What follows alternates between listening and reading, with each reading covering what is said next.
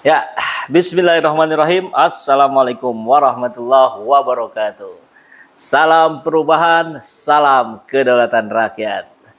Ya, sahabat SJ Channel semua, ini kesempatan yang jarang saya dapatkan bertemu dengan sosok yang ramai dibicarakan di berbagai platform media sosial. Diskusi kita sebelumnya tadi dengan seorang doktor akademisi pemerhati komunikasi, Ya. Bang Bayu, itu terbahas juga itu ya bagaimana proses-proses misinformasi, ada fake news, ada hoax gitu ya. Ini sahabat SJ Channel semua bisa menonton juga di video yang bersama Bung Bayu, Bang Baikuni, itu kita membahas juga tuh proses-proses itu. Bagaimana hari ini rakyat memang dibanjiri informasi kan. Kalau dulu zaman kita kecil kan kita cari informasi aja sulit. Ya. Sekarang bukan hanya mudah tapi justru banjir. Kalau banjir kan meluap kemana-mana, kita harus punya filter seleksi yang bagus gitu. Nah, Bang Ervan sudah melakukannya, menepis kabar-kabar tadi, fake news, hoax tentang Anies Baswedan dan akhirnya mendapatkan data yang clear gitu. Ya. Oh, ternyata tidak seperti yang dibicarakan banyak orang. Kurang lebih begitu ya. Ya. Nah, sehingga akhirnya diputuskanlah membuat relawan bernama Laskar Aman. Ada ininya nggak? Ada kisahnya? Kenapa namanya Laskar Aman gitu? Ya, jadi memang kita kenapa memberikan nama Angkatan Muda? Oke, Angkatan Muda. Angkatan Muda waktu itu diinisiasi karena memang ini awalnya adalah teman-teman orang muda. Anak-anak muda. Anak-anak muda gitu. Oke. Jadi memang Angkatan Muda. Oke. Lalu di belakangnya adalah Anies Baswedan, maka kita namakan Aman. Nah, kemudian dalam perjalanan kita tambah dengan Laskar di depannya. Karena kebetulan salah satu simpul relevan Pak Anies itu juga sudah ada nama Aman. Ya. Gitu. Ya. Sehingga saya coba koordinasi dengan Ketua Aman, si Bang Bintang. Ya, Bang Bintang. Kami harus tambah Laskar di depan sehingga tidak ada benturan, tidak ada kesamaan nama gitu. Sehingga keputusannya kami menamakan Laskar Angkatan Muda Anies Baswedan atau Laskar Aman. Gitu. Yang tadi terdiri dari berbagai lintas iman, lintas generasi, terus dari berbagai daerah gitu. Seperti saya ketuanya, kebetulan saya orang Manggarai Flores Nusa Tenggara Timur, saya Katolik. Sekjen saya itu Muslim dari Kalimantan Barat. Oke. Gitu. Siapa Ini, itu? Namanya siapa? Mbak Mega Puswasari. Perempuan. Perempuan. Oke. Iya, dan itu bisa dilihat di di pemberitaan saat kita deklarasi, beliau ada di sana. Yang ini bukan? Iya, benar. Oke. Jadi memang ini betul-betul sesuatu yang unik gitu. Kenapa? Karena memang kita mau menunjukkan inilah Indonesia sesungguhnya gitu. Betul ya. Jadi miniatur representasi Indonesia. Ini menjadi sebuah pertanyaan juga yang ingin ditegaskan di video kali ini. Bagaimana pandangan Laskar Aman hari ini terhadap profil Pak Anies Baswedan yang memang terus-menerus distigmakan radikal, intoleran, bapak politik identitas. Sekaligus kira-kira apa yang akan dilakukan oleh Laskar Aman untuk melawan narasi-narasi itu? Iya, jadi memang narasi seperti itu kan sampai hari ini terus bermunculan, Bang ya. Dan juga tentu kita melihat konteksnya. Kalau kami sendiri Laskar Aman, kalau ada pertanyaan-pertanyaan semacam itu, kami membalikan pertanyaannya. Lalu kami minta bukti. Apakah ada bukti terkait dengan pernyataan-pernyataan seperti itu? Kalau buktinya ada, kita bisa berikan jawabannya. Tetapi kalau tidak bisa memberikan bukti, maka pernyataan itu batal demi akal sehat.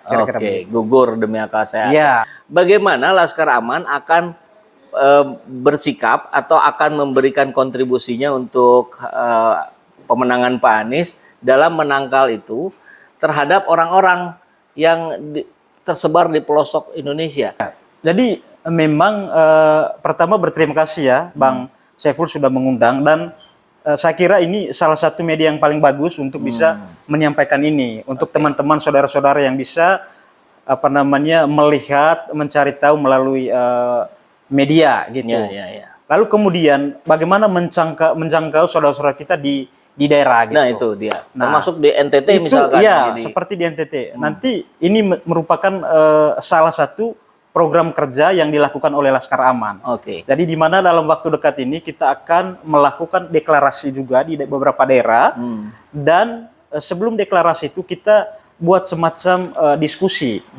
Dan tentu dalam diskusi itu akan ada beragam pertanyaan dan kira-kira pertanyaannya seperti yang Abang sampaikan tadi. Oke. Maka disitulah tempat kita untuk menyampaikan apa yang menjadi kebenaran yang sebenarnya gitu. Oke. Dan tugas kami di Relawan Laskar Aman ini bagaimana melakukan hal ini kepada baik secara internal di relawan dan itu diberikan tugas kepada relawan untuk menyampaikan baik ke keluarga, ke sahabat, bahkan ke seluruh warga bangsa.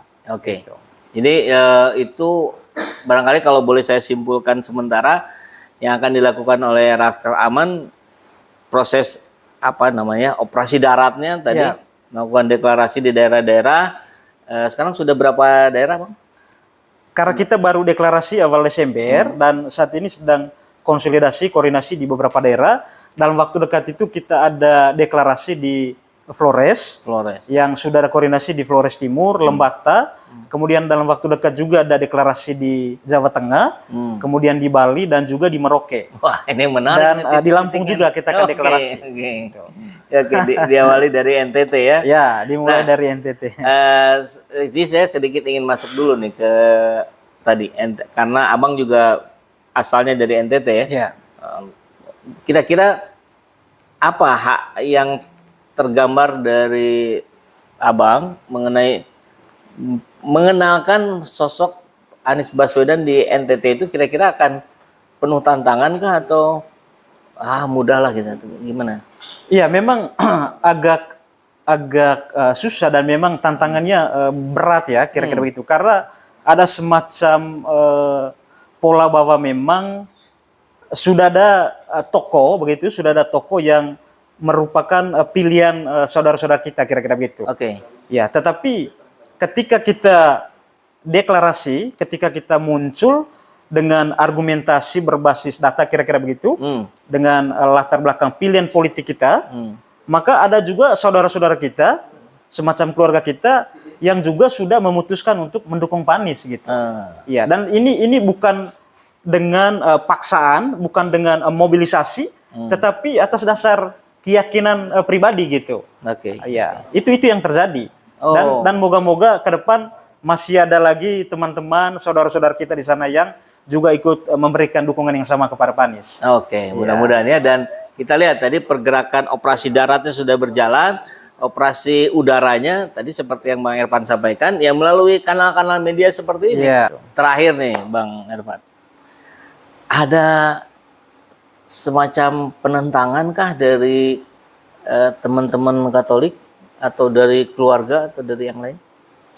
Iya, biasa dalam politik itu kan pasti ada pro kontra gitu ya Bang ya. Jadi memang sejak kami deklarasi, diskusi, dinamika itu pasti muncul, pasti ada gitu. Itu untuk internal di Katolik kira-kira gitu. Tetapi kalau untuk keluarga sejauh ini tidak ada. Karena mereka juga sangat paham apa yang menjadi pilihan keputusan kami itu adalah keputusan pribadi, bukan karena keputusan organ-organ lain, tidak berafiliasi dengan siapapun, tetapi itu keputusan pribadi yang kita bentuk dalam kelompok relawan gitu. Itu sih Bang. Ya. Oke, clear saya kira ya. Jadi mudah-mudahan ini menumbuhkan semangat juga bagi teman-teman relawan yang lain. Ya. Baik, terima kasih sudah kita bisa dapat kesempatan berdiskusi di sini. Saya berharap ada kesempatan lain kita bisa diskusi lagi. Kalau tidak ketemu juga bisa via Zoom barangkali ya. Kita bersama juga simpul relawan yang lain untuk terus bersinergi, berkolaborasi seperti kata kuncinya Pak Anies dalam membangun Jakarta, kolaborasi. Terima kasih. Assalamualaikum warahmatullahi wabarakatuh. Ayo Bang. Terima kasih Bang. Alhamdulillah.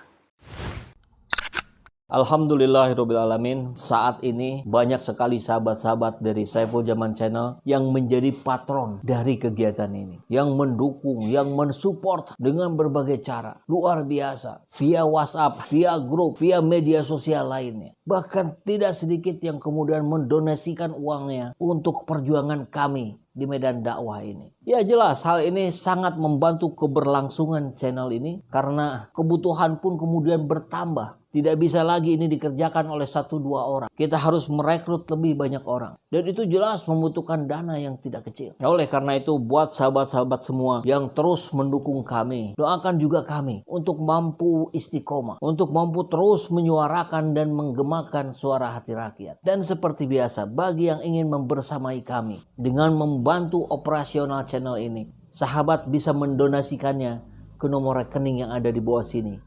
Dan silakan untuk mengkonfirmasikannya ke nomor yang ada di sini.